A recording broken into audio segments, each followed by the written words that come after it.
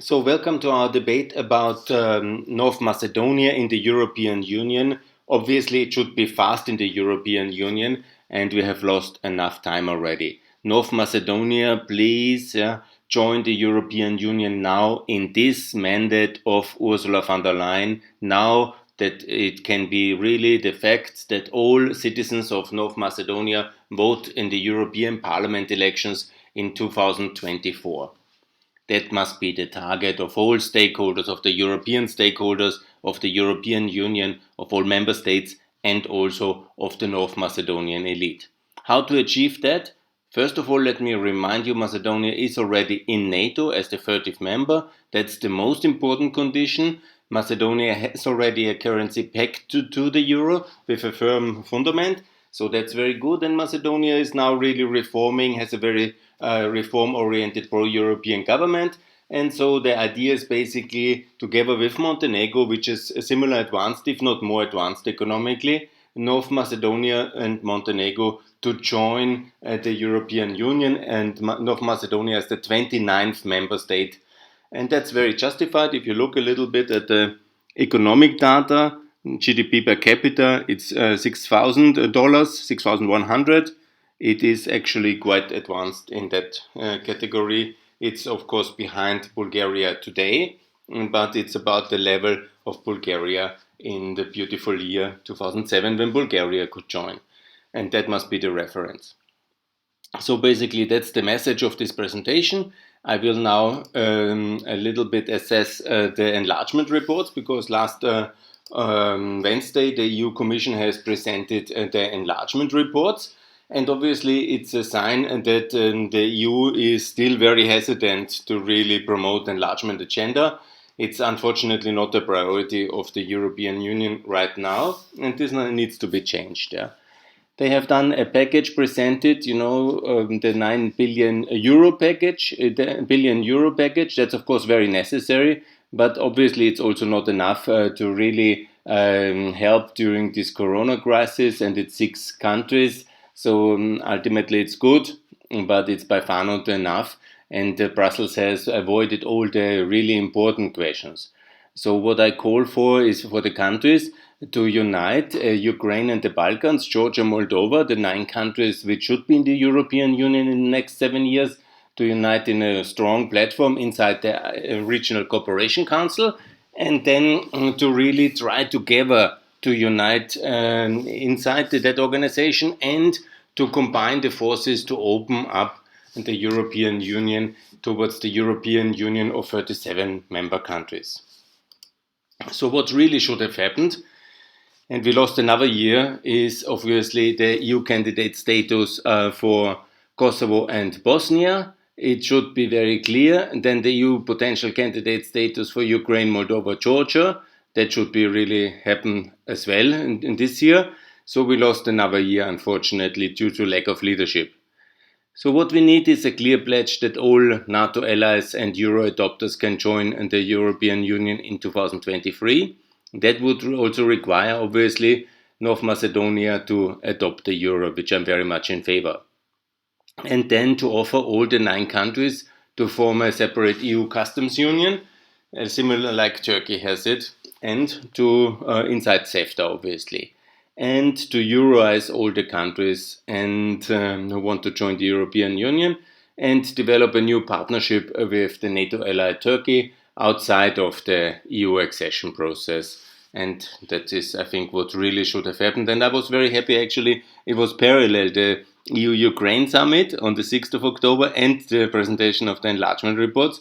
I mean, it was maybe fate or destiny, I don't know, but it was on the same day, so I combined, because they should be combined, and the EU is doing so much the last year, since 2014, to keep Ukraine out of the Balkans accession trajectory, and I try so much to get the Ukraine into that, and so I thought it was quite funny that they have done it on the same day.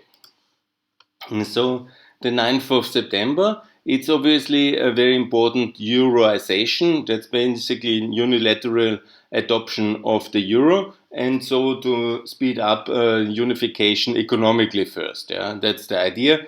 And so, as we have done in the past, because politically it seems to be more complicated, so let's start with economic integration, and the currency is obviously the best tool. And now we have already Croatia and Bulgaria. The decision from this July in the second stage of the monetary accession towards the euro. That's very important. And then Ukraine and Georgia and everybody in the Balkans should obviously follow.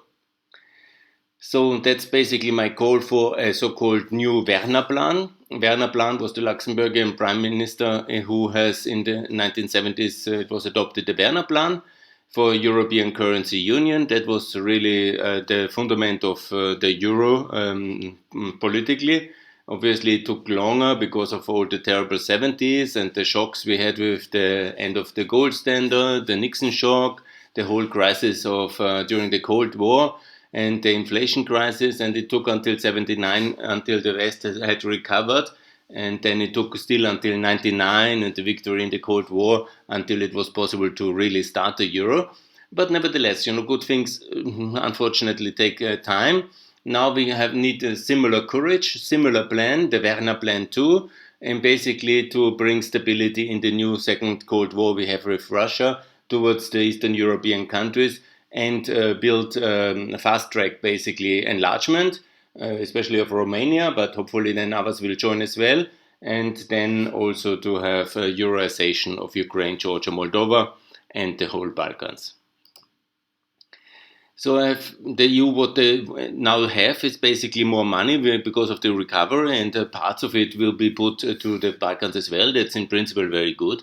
9 billion would have been a fantastic sum 2-3 years ago, but then there was no opportunity. But I want to show with this slide that alone the highway construction costs, which are necessary, and I'm not talking about railways, not water infrastructure, not digital infrastructure, schools, a health system, all the other things which are important as well. But I'm talking only what the main highway infrastructure in Bosnia, Montenegro, Serbia, Albania, North Macedonia, Kosovo will cost in the next years.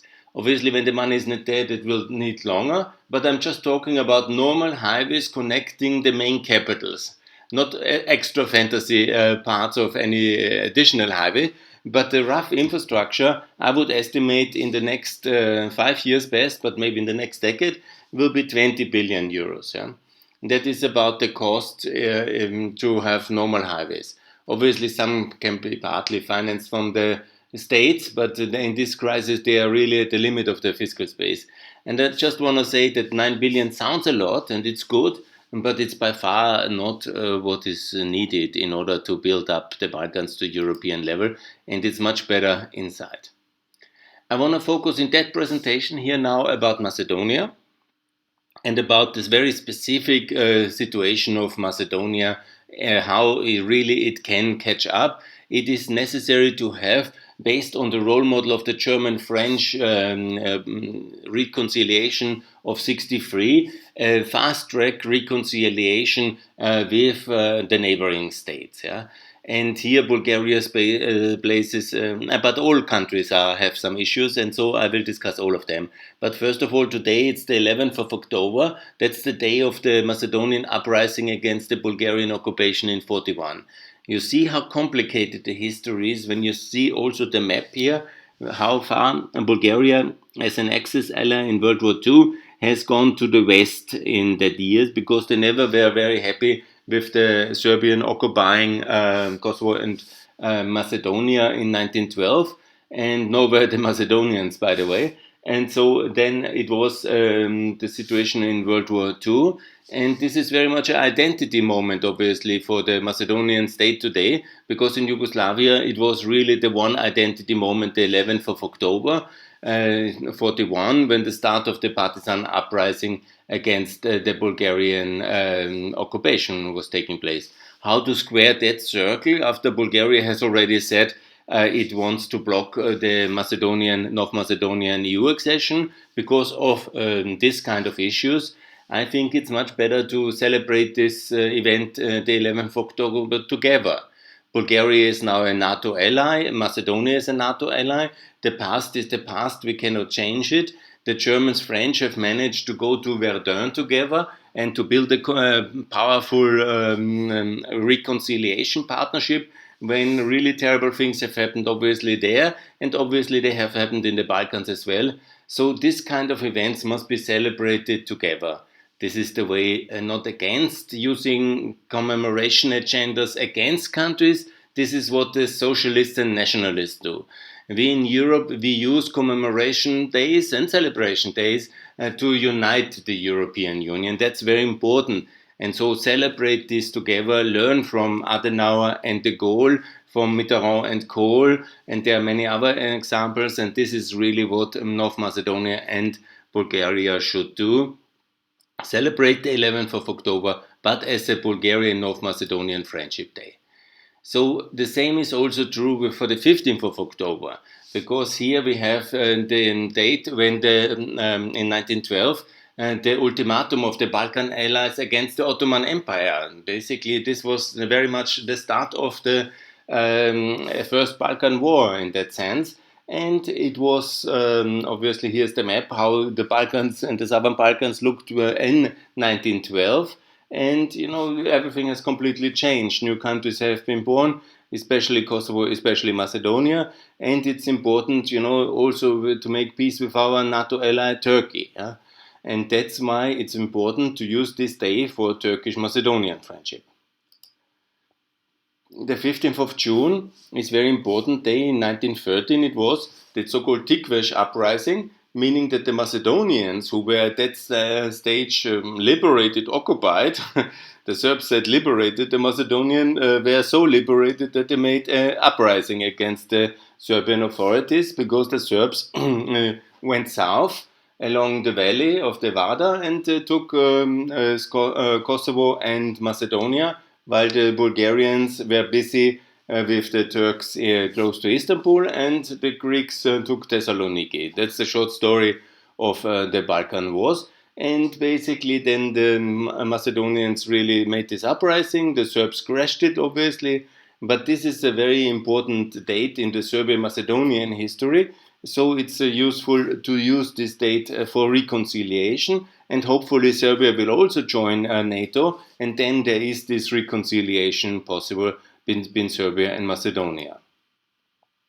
The 22nd of October 1912 was the day when the Serb forces reached Pristina and started a big genocide and ethnic cleansing of Kosovo and Macedonia, because obviously, the ethnic mix was different in that years. There were also much more Albanians living in today's Macedonia, and the ethnic cleansing and genocide very much happened in Macedonia as well in 1912-13 and in many other periods of history in between, as long as the Serb and Yugoslavian and other forms of Belgrade-dominated terror regime was in charge of Kosovo and Macedonia. There was a permanent suppression of the Albanians, but 1912 certainly was what qualifies as a state-organized ethnic cleansing genocide style suppression. And this is very important, Macedonia and Albania, to use this day as a common commemoration day,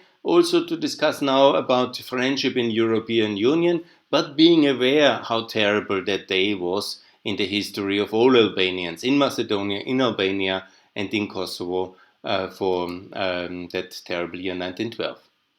So then it comes 23rd of October. That's a very problematic day, because the Wimmer government, they have made this as a celebration day of the foundation of the Wimmer itself. That's quite selfish of them as a political organization to then celebrate as a state holiday the founding of the terrorist movement they tried to connect themselves, which was founded in 1893 in Thessaloniki at that day.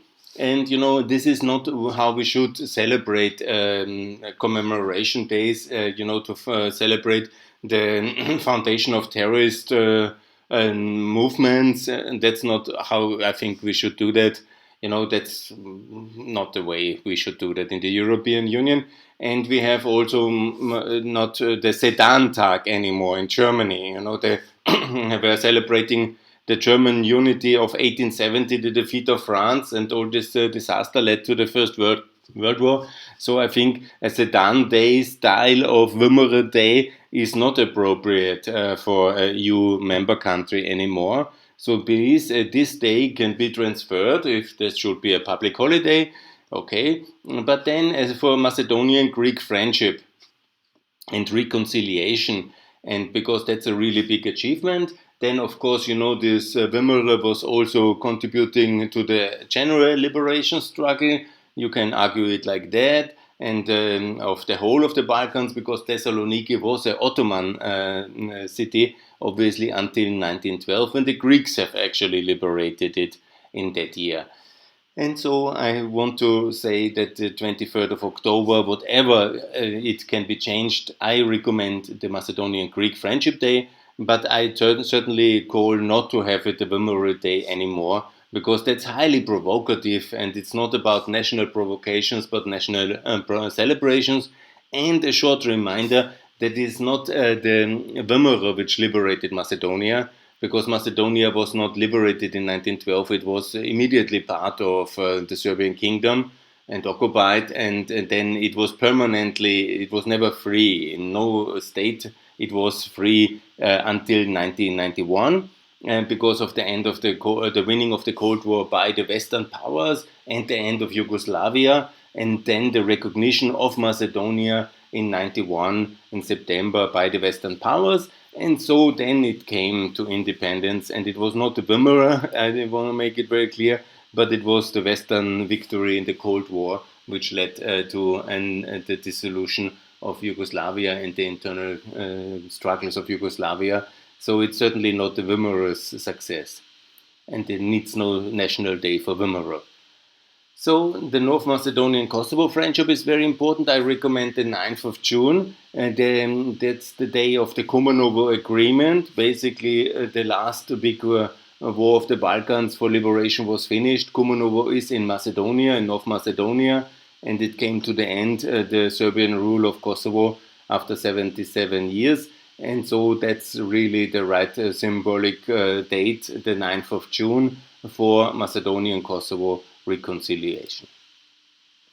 Another date which is very important, obviously, is the 5th of October, celebrating the fall of Milosevic and freedom for the Balkans in the year 2000. That should be also celebrated in Macedonia. Obviously, it was no longer part of it, but to have a neighbor who aggressed about everybody else is, of course, quite dramatic, and so it should not be forgotten.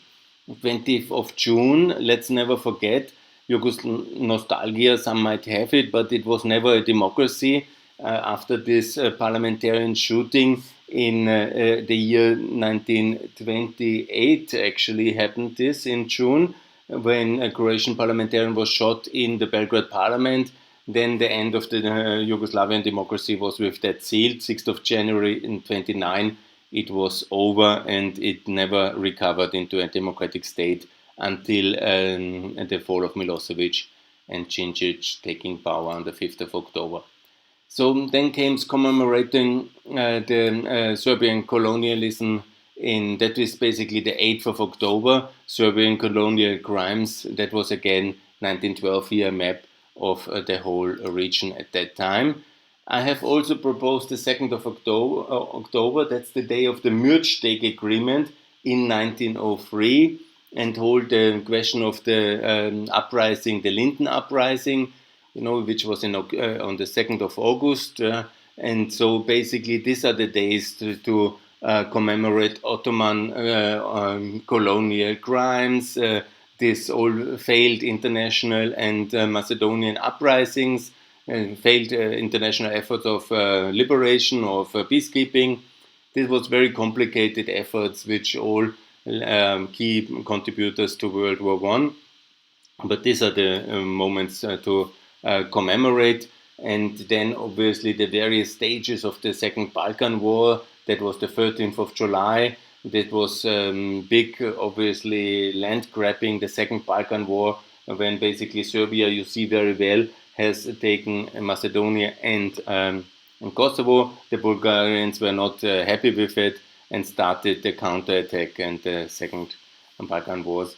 Then basically the 7th of August, the Treaty of Bucharest. So it's in various stages here. And anyhow, not too much about history, but we have to be correct about the history, how it was. It is not possible to invent it and to just have a Serbian history or Macedonian history, Turkish history. This can be objectively understood how it really was. And anyhow, now the 13th of August, another very important day. So it really doesn't miss the important days. That's of course the Ohrid Agreement. This is a very important date. And the 12th of June, the peace between Greece and North Macedonia. Obviously, the Prespa Agreement. This is a major thing. Again, compare the Serbian currency with the Macedonian dinar. It's so important to see the difference because Serbia has never joined the West really. Macedonia has, and Macedonia is now in NATO. Serbia is not. North Macedonia has back to the currency. It's 60 to the dinar, and the Serbian currency is 180 to the dinar. So that's the difference it makes for the people when you have a pro-European policy or not. Then you have the success of Montenegro Euroization, because that's my argument. It's much more better for the stability of the country, for the foreign investors, for the savers, for the consumers, for the Western integration. And this is really 2/3 of it are done in North Macedonia with the pact, but it's much more better symbolically also to go the full way.